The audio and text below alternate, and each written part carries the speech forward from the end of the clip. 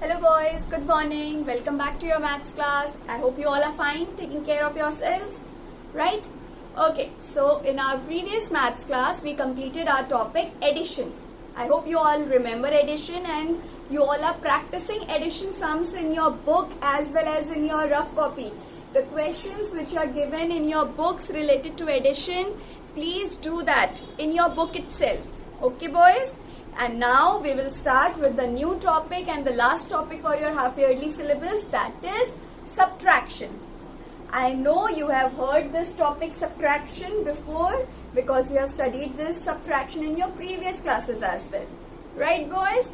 So do you believe that subtraction is important to study? Yes, subtraction is also as equally important as addition because it is also used in your day-to-day activities. Right? For example, if you go to a shop, right, and you buy, I guess 50 chocolates. 50 chocolates are enough, boys? Okay, 50 chocolates, right? And any of your cousin comes and she takes away 25 chocolates. Now, how many chocolates are remaining with you? Can you tell me that? Yes, you can easily tell me that by subtracting. Right, boys? You have to subtract 25 from 50. And then you will know the remaining number of chocolates. Correct? Okay. So can you see here some sketch pens in my hand? Okay. So how many total sketch pens are there? 1, 2, 3, 4, 5, 6, 7, 8, 9 and 10 sketch pens. If I give 6 sketch pens to my brother, right? Then how many sketch pens are remaining in my hand? How many sketch pens are left?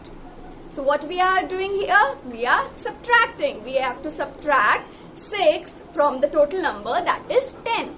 And then you will know the answer, that is 4, which you got from subtraction. Correct boys? Yes. So let's take another example. For example, you have 48 balloons and you gave 38 balloons to your little sister. So now how many balloons are left with you? Yes boys, 48 minus 38, 10, right? So let me write down this. 48 minus 38.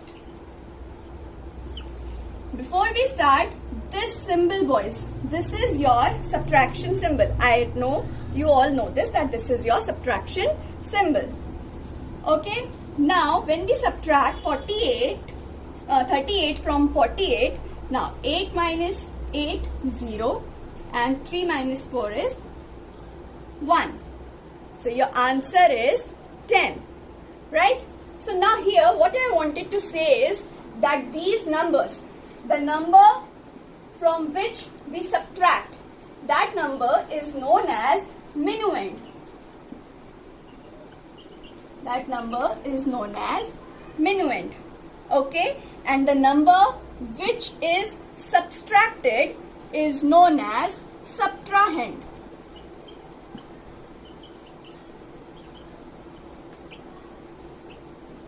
And the answer of this subtraction operation is known as difference. So boys, you see that the number from which we subtract, that is always the greater number, is known as minuend. The number which is subtracted is known as subtrahend, and the answer is known as the difference. Correct boys? Okay. There are certain terms which are related to subtraction. Okay, let me write down. For example, taken away, left, how many more than,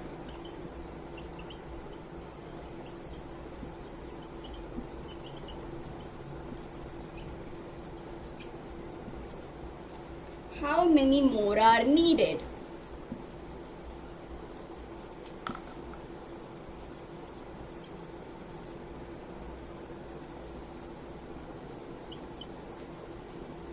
remained, difference and given away. So all these terms, whenever they are in a question, you should always know that this is a subtraction sum.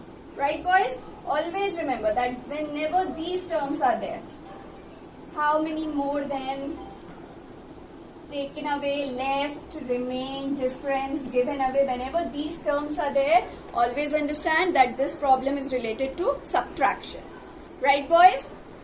Okay, so let's now begin some of the properties of subtraction. Properties of subtraction. There are three basic properties of subtraction which I know you have already studied in your previous class, but let's revise them.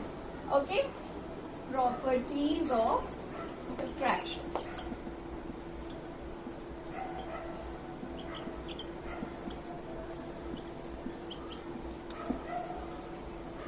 First is your zero property.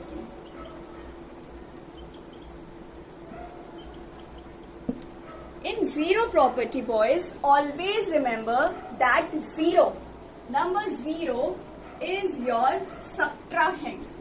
It is never included or written as minuend. It is always subtrahend. Right, boys?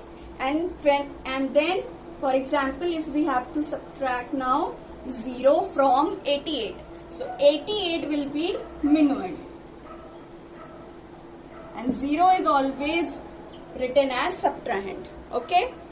Now, whenever we subtract any number is with 0, the answer is 88, the number itself. Always remember this. Right, boys?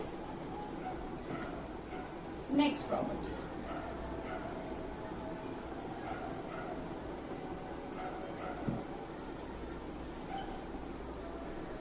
If a number is subtracted from itself,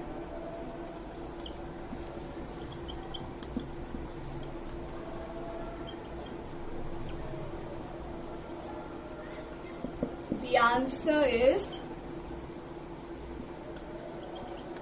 0. For example, if we subtract 45 from 45, the answer will always be 0. If the number is subtracted from itself, 45 is your minuend, 45 is your subtrahend, the number is being subtracted from itself only, the answer, the difference will always be 0. Correct, boys? And third and the last property,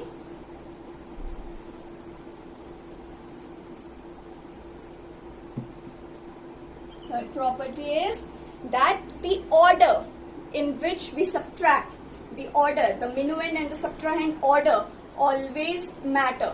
Right? It's very important that it should be in a proper order. The order of the numbers is very important.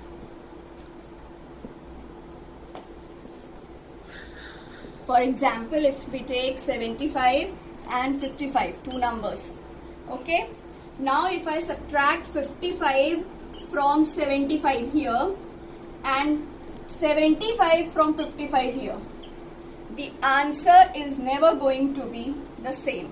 It's never same because the order, if the order changes, the answer changes. And mostly this is the correct form. So 75 minus 55 is never equal to 55 minus 75. Right, boys? So, the order of the number in which it is written is very important in subtraction. Like in addition, the order didn't matter that much. But in subtraction, the order of the number is very important. Right, boys? I hope you all are understanding. These were the three basic properties. First property was zero property. In zero property, 0 is always at your subtrahend. And any number, if we subtract with 0, the number itself is your answer. Correct, boys? And then second property is that whenever we subtract the number from itself. 45 minus 45, the answer will always be 0. And third property is that the order of the number plays a very important role. Order of the number plays a very important role. You cannot just change the order and get the same answer. If the order changes, the answer also changes. Right, boys? So these were the 3 basic properties. Now we will do some calculation part. Okay? Okay, boys, let's do some calculation now. Right? Okay. For example, 596 minus 248. Okay, for your convenience, if you want, you may write ones, tens and hundreds at the top.